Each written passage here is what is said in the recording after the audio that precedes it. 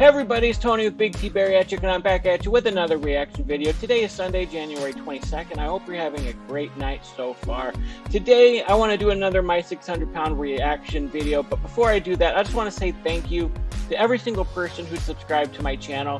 It helped me get to over 2,000 subscribers. We hit that mark last night. That was the goal that I was trying to push for the last few days, and now we're going to try to reach that 3,000 goal mark. So we keep moving on, and to help me get there, please like this video, please comment, please do everything you can to help the algorithm going. I greatly appreciate it. And so what we're going to do today is we're going to react to Do You Look Like You're Malnourished? Doctor now loses patients with 530-pound man.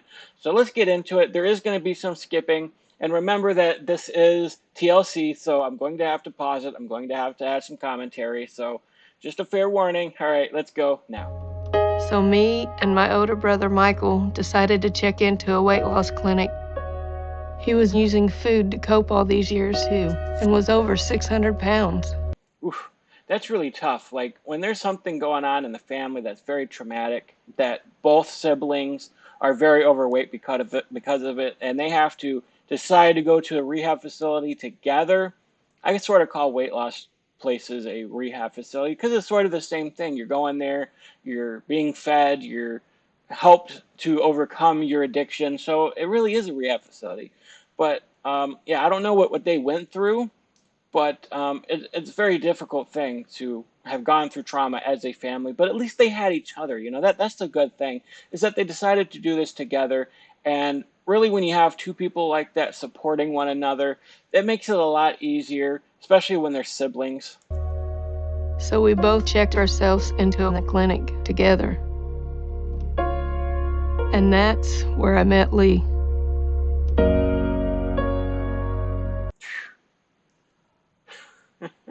I mean, I just said it's good when you have two people who support one another. But the worst thing you could do is meet somebody at a rehab facility and start dating them. Like we talked about this with the Tammy Slayton getting married video. Like, you don't meet somebody at rehab. That's the worst thing that you can do, because if you're trying to get your life straight, you're trying to get clean, it's like the worst thing you could do is meet somebody who has the same problem as you, because it's going to be much harder to encourage one another to lose weight. You're going to end up enabling each other. So it's one thing if it's a brother-sister team who's going in there together and, you know, hey, we're going to fix our lives. But something else altogether when you meet somebody who's had the same problem as you. Because brother and sister care about each other differently than a boyfriend-girlfriend would. Just in my opinion. I remember meeting Renee for the first time. Her brother was my roommate at the bariatric clinic. And Renee would come in every day and visit Michael, and she would talk to me, and I kind of felt jealous. Why would you feel jealous? I get it, maybe you're an only child, maybe you feel lonely and all that stuff. You're in a facility, so you're kind of struggling maybe a little bit. You're away from everybody that you know. But if I was the brother, I'd say no. I'd be like, get away from my sister. This isn't going to happen. You're not going to mess up her weight loss. Like, they both gave up their entire lives to come here and to lose weight. And then now here's this guy swooping in. It's gonna ruin everything. Like, that's probably easy for me to say sitting here watching this. Hindsight's 2020. But yeah, if I was her brother, I would have realized right away, like, the worst thing you can do is get with somebody who has the same problem as you. How she would make sure he had what he needed. So then I got to where I'd follow her around, and we were like Bonnie and Clyde. Lee, he was a sweet guy, and we started spending a lot of time together. And then we were an item at the clinic. But that broke the rules there, so we either had to stop dating or leave. Then stop dating. Like, seriously. You're being forced out of the rehab facility because they have a problem with you dating each other there. And so you're going to decide to leave? Like, if you really cared about one another, if you really loved each other, you would say, you know what, there's nothing more important right now than you getting healthy. You're 600 pounds. Your health is deteriorating. You're pretty much dying. You're on death's door when you're that big. You don't know when you're going to go. It can come at any day, at any moment. It's like, if I cared about you, I'm going to tell you to stay. Like, hey, we could put this off. Like, I really care about you. I enjoy talking with you. You're a great person. But let's be friends for a little bit. It's what, a year? Let's stay here for a year. Let's focus on the diet. We have people here who are going to support us. We have a controlled environment. Let's lose this weight. Let's get healthy. And then afterwards, we can get into a relationship. But why are you putting a relationship before getting healthy? It's not going to lead to anything good. You just wasted your time there. They would get onto us for holding hands. They would get onto us for showing any kind of emotion or attention to each other. So we just decided we wanted to be together. We wanted a relationship. Exactly right. Just how about you not hold hands? You can sit down next to each other and have a conversation. You can play some cards. You can enjoy spending time together. But I guess they really wanted to be intimate. And, of course, he was in the same room as her brother. And so intimacy wasn't a thing. But again, put your relationship off a year. Say, we're going to devote ourselves to this. You could lose a lot of weight in a year if you really, really tried, especially when you're that big. Like, stay within that controlled environment. Why are you giving it all up just to be in a relationship with somebody? I know relationships are important. I haven't been in one, so I know it's a big struggle to avoid those sorts of feelings. But once you get all those lovey-dovey feelings going, like, you are less logical and you give in to your emotions. But that's not the way to go here. They need to think with this brain and not the other brain, if you know what I'm talking about. We loved each other, and we've stayed together over the past 11 years since leaving the clinic. But being together, with both of us struggling with food, has not been a good thing. Exactly what I said. It's not been a good thing. I expect the same exact thing is going to happen with Tammy. Like, Tammy is not in a good situation. Just showing the next season, just seeing that she has not lost much weight at all. Or if she did, she gained it back. She looks just as big as ever. Now she's marrying somebody who is even bigger than she is. And they're just going to struggle together. Like, they're not going to be successful outside of that controlled environment. So why these two people couldn't have put their relationship off, or maybe they tried calling other bariatric centers that maybe might be able to take them in as a couple. Maybe after a couple years they decided, okay, maybe we're going to get married, and so we can try again. Like, there are other options out there. You just dropped it all just to get into a relationship with each other, and now you've ruined the whole thing, and you've been gaining weight. Because we've just been gaining. Yeah. And each day, our health is only getting worse. Yeah, if you truly cared about one another, you would not let each other do that. You knew what was going to happen. You knew the dangers and the pitfalls of getting with somebody who has the same addiction as you do. That wasn't a very smart decision. So I'm skipping ahead just a little bit. We're passing over his story. But when I met Renee there, we fell in love and had to leave. So we never got the help we needed. You had the help that you needed. That's the thing. You had everything you needed there. You had a controlled environment. You had therapy. You had a calorically confined diet. Like, you had everything that you needed there. But you decided to leave because you put the relationship over everything else.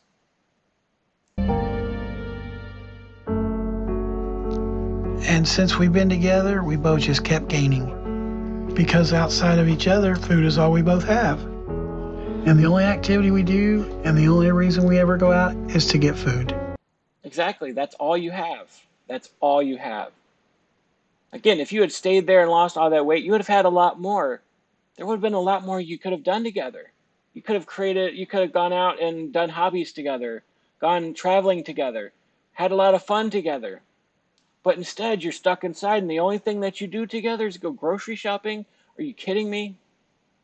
Like, that's a doomed relationship right there. You don't care about anything else other than food.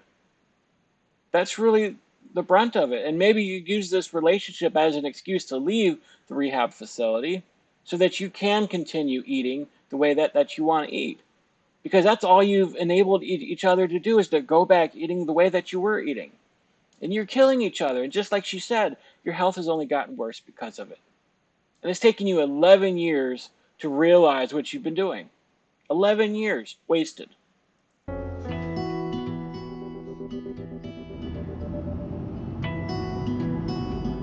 I've been really discouraged lately because we're still fighting a lot.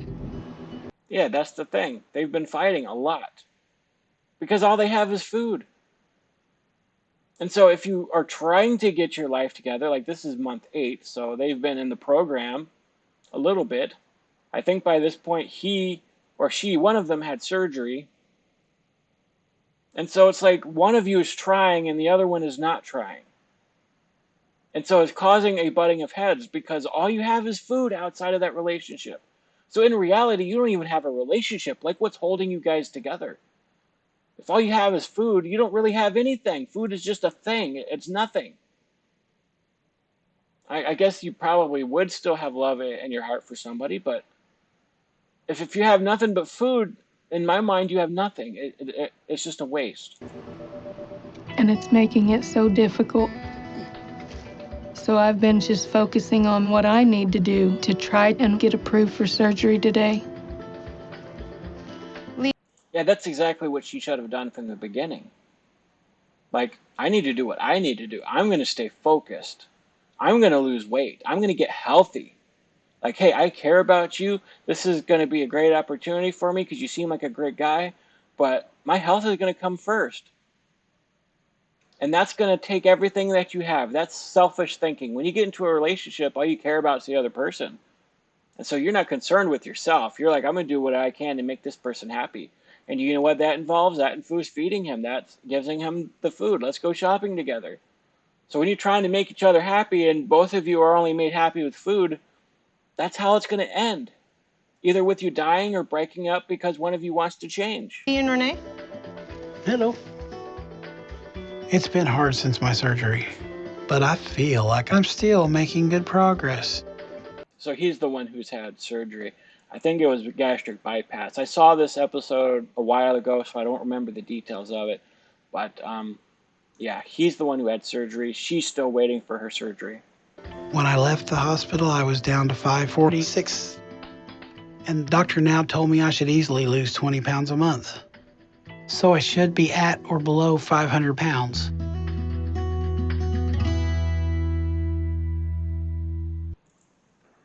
£9.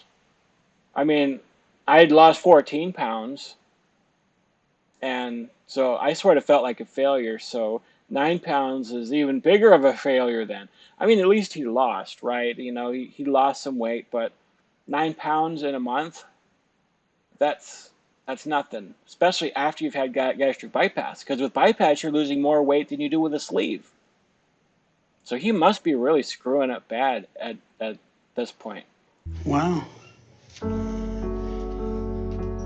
But didn't he just say, I think my progress has been really good. I think I've been doing well. So what gives here? What are you doing there? I thought I'd be further along. Lost a little. Yeah, could be better. I gotta start making better food choices. I mean, that was really my saying when I did my weigh-in video. I'm like, oh, 14 pounds. I got to do better. I thought I was doing better. I thought I was doing okay, but, you know, I only lost a little bit. And, you know, just listening to that video, I went back and watched it a few times. I'm like, I'm just making excuses here. Like what am I doing? Saying, oh, I'm not doing this wrong. I'm eating right. Just excusing your bad behavior. That's exactly what I did, and he's now doing the same thing. Oh, I guess I got to make better food choices. But you don't eat so much yogurt. It's old. You can only eat so much sugar, it gets old. Like, why are you eating sugar? You had gastric bypass. Aren't you afraid of dumping syndrome? I haven't had any dumping syndrome since I've been on the sleeve, but if you're a bypass patient, dumping syndrome is real, man. That stuff will knock you on your butt. Why are you eating sugar after gastric bypass? It's no wonder you've only lost 9 pounds. Dr. Now is about to tear into you. Hello. Hello, Dr. Now. How y'all doing? Surviving. Surviving, huh? I always think it's funny when Dr. Now enters the room, he goes, "How y'all doing?" Like he's been growing up in Texas his whole life when he's clearly, I think he's from Iran. I'm not sure. When I looked him up and did some research on him, I think he was from Iran. But for a little Iranian guy to say, "Hey, how y'all doing?" Because I grew up in Texas. I lived in Houston until I was about 13 years old. And then we moved to Michigan. So I learned all that lingo.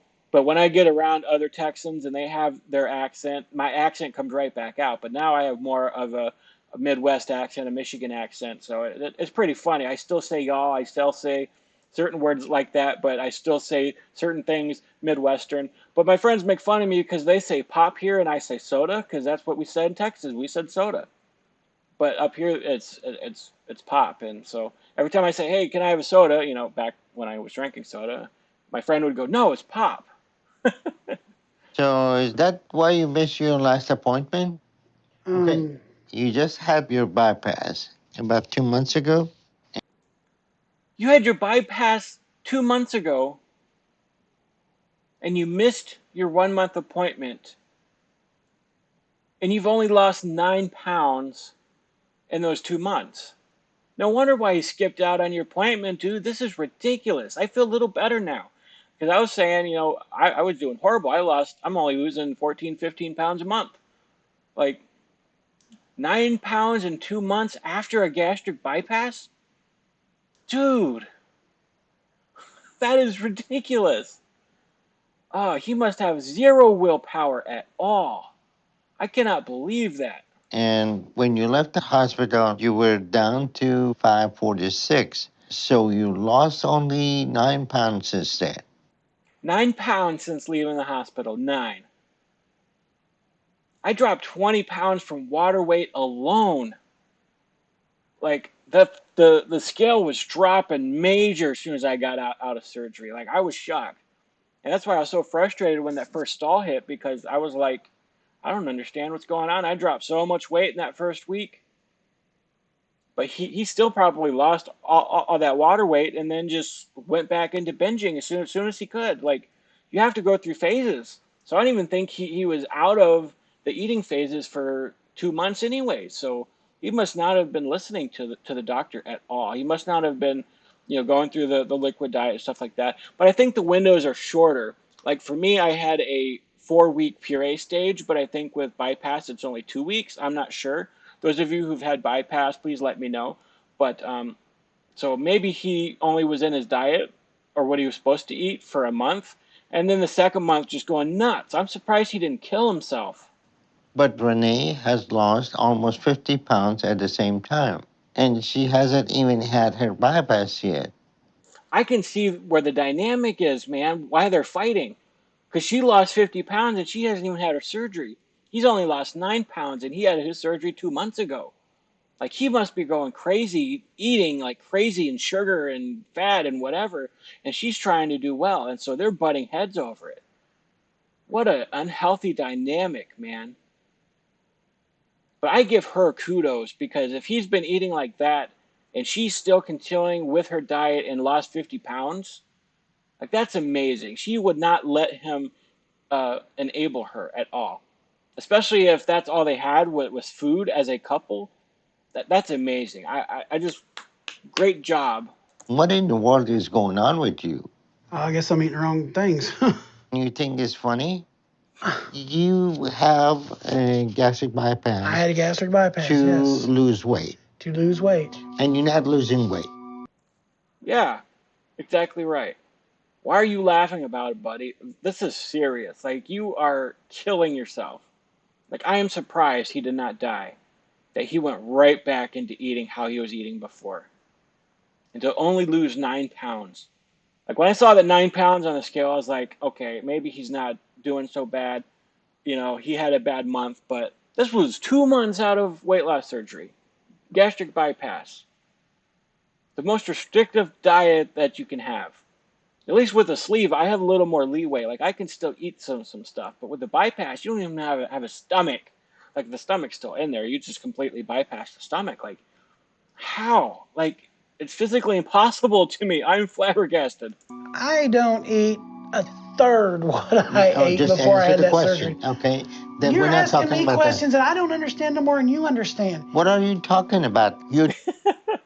I don't understand any more than you understand. Seriously? Is that your excuse?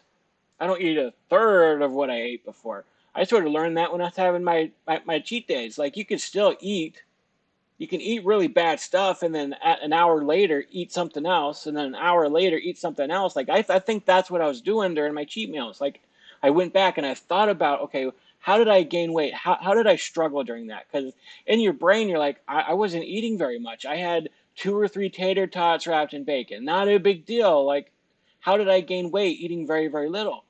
But when I think about snacking, like, yeah, I had chips and then I had tater tots and I had dinner and then we had this. And it was like every hour I was eating. So you could still eat a lot of calories if you're not careful. So that's probably what he's been doing, just snacking constantly, because clearly he's not getting over the head hunger thing. And so he's like eating crap every hour. Just, oh, I'm hungry. Let me eat a little bit. Okay, I'm full. I can stop now. All right, an hour later, okay, I'm hungry. I'm going to eat as much as I can. And so that's what he's been doing.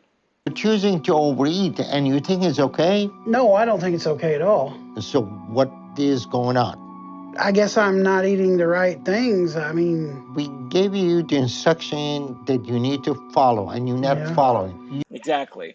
Like, he had a very strict diet.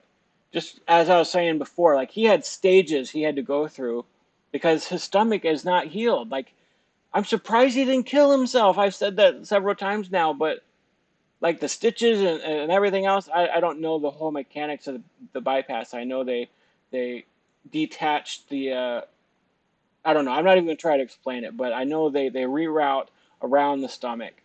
And so I don't know how he was able to do that right out of surgery. It's a mystery to me. I'm not a diet. I don't understand as much as this guy understands, apparently. You play your cards right until you got the surgery. And now you're playing this kind of game and you think that's okay? How in the I world don't see somebody... how I'm playing any game. I throw up constantly.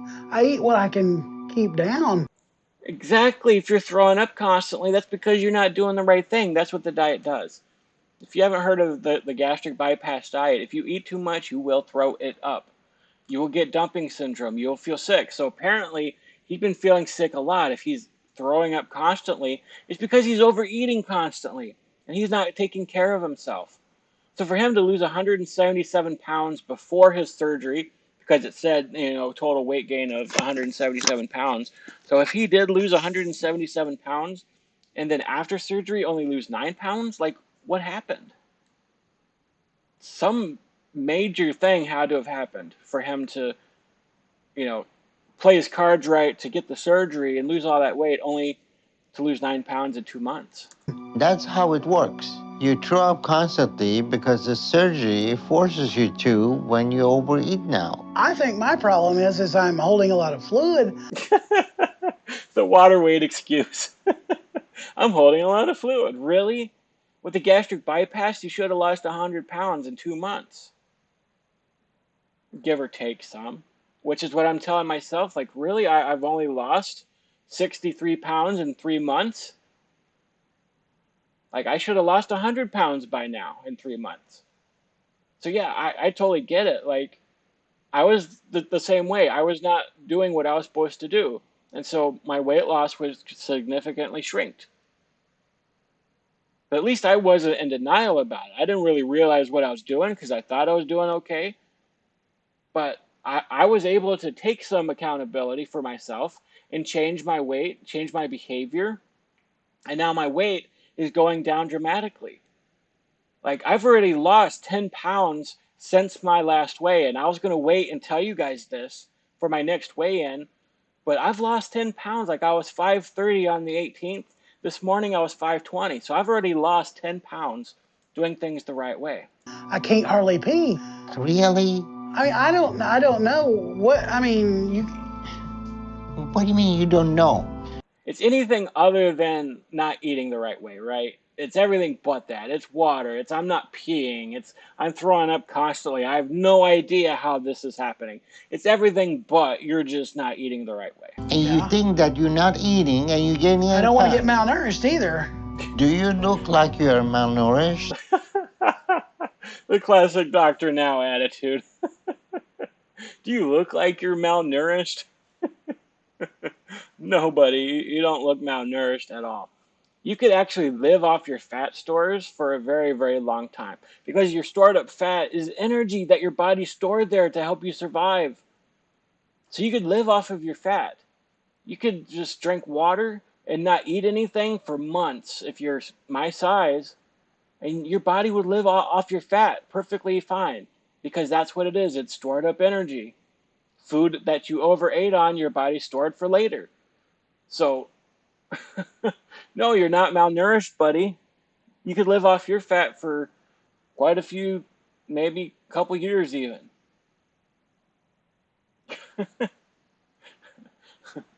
I'm malnourished. You're overeating, and whatever you're overeating, you're torn up. It means the surgery is working to hold you back when you make bad choices. And it's the only reason that you didn't gain 100 pounds these past 2 months. Exactly. And the way he looked at her was like, I don't know. I don't understand this. Why are you yelling at me? I don't understand what's going on. It's not my fault. It's water. It's fluid. It's something else. Honey, what's going on here? Are you secretly feeding me at night? I don't know. Are you putting ice cream in my mouth when I'm sleeping? Are you putting all kinds of soda in my CPAP machine and something? I don't know. Do you not want me to eat at all? You know that's not what I'm saying at all. You have been given a tool to help you change your life. Now that you had the surgery, the physical drive to eat is gone. That's like when I did my weighing video. One of the comments I got was from Shauna Steele. Thanks, buddy, for kicking me in the pants. I really appreciate that. Like that's what he was saying. Like you were given a tool, man. You use it now or never, because at some point the tool is going to stop working. So you have this window in which you're going to either lose the weight or you're not going to. And so he really kicked me in the pants by telling me that. So now I'm really going. I'm reared up. I'm not cheating. Like I'm sticking with my diet 110%. I'm not giving up on it. And I'm going to see how much weight that I can lose this month. So you have to deal with what is driving you to eat. That's the hard part, and you don't want to do it. And you're running from it and self-destructing. Exactly right. He's running from it and he's self-destructing. Because it becomes real after surgery, right? Like, wow, I've done it for several months. I've lost 177 pounds. But now that the surgery's here, it's like, oh, now I have to cope with this. Like, my appetite's different. Everything's different now. I could barely eat a little bit, and I'm throwing up the rest of what I can't eat. So it's like, at some point, you're just going to have to deal with the emotional part of it, which clearly he hasn't. I'm done with this conversation. Go to her. No, we're gonna finish with you. No, we're not finishing with me. You're making me mad. Yeah, sit down right there. Yeah, he's throwing a fit like a big baby. I'm glad I didn't act like this when people were helping me. Like, we need to hold people accountable like this. We need to tell them the truth. But this is why there are so many enablers out there. Is because the big people act like this when they're told something that they don't like, when they're encountered with how they're doing wrong, or when we show them, like, you're not eating the way you're supposed to be eating, buddy. Like, this is how bigger people act. I've acted this way. I've gotten up and walked out because I'm like, I'm frustrated. I don't want to deal with this. Because you're breaking up with your love, right? The food brings you all this comfort and joy, and so you're not able to cope with losing that. And so you think you're doing okay by cutting back a little bit, but you're not really cutting back. You're still overeating. You're still overdoing it. And so you're just having that emotional affair with food that is so hard for you to break up with. And so when you're being told that you're not doing good enough, even though it's been heart-wrenching just to give up the little bit that you did, like, you're just going to really struggle with it. You're going to fight with people.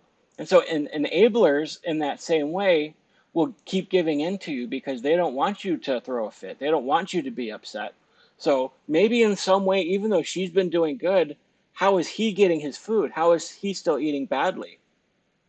So is she enabling him some? Like, I don't want to deal with your attitude, so I'm going to give you this, but I'm still going to eat well over here. But that's why they've been fighting, right? Like, she's saying, no, I'm not going to give you that, and he's throwing a fit. Like, he's the big problem in this relationship.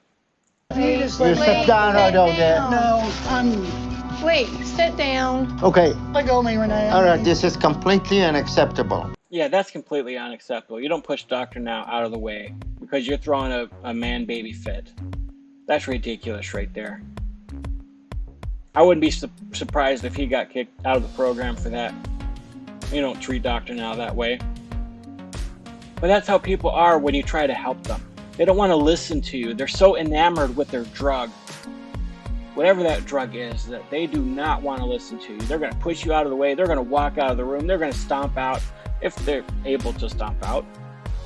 Like, you're not going to get in between me and my drug buddy. So anyway, that was the reaction tonight. Anyways, if you liked this video, please leave a comment down below. I'm sorry if it wasn't as good as my other videos. I'm just very tired tonight, so I hope you guys understand. Leave me a comment, leave me a like. If you haven't done so, please subscribe to this channel. I greatly appreciate it. I'll be back tomorrow with another one. God bless you all. Have a great night.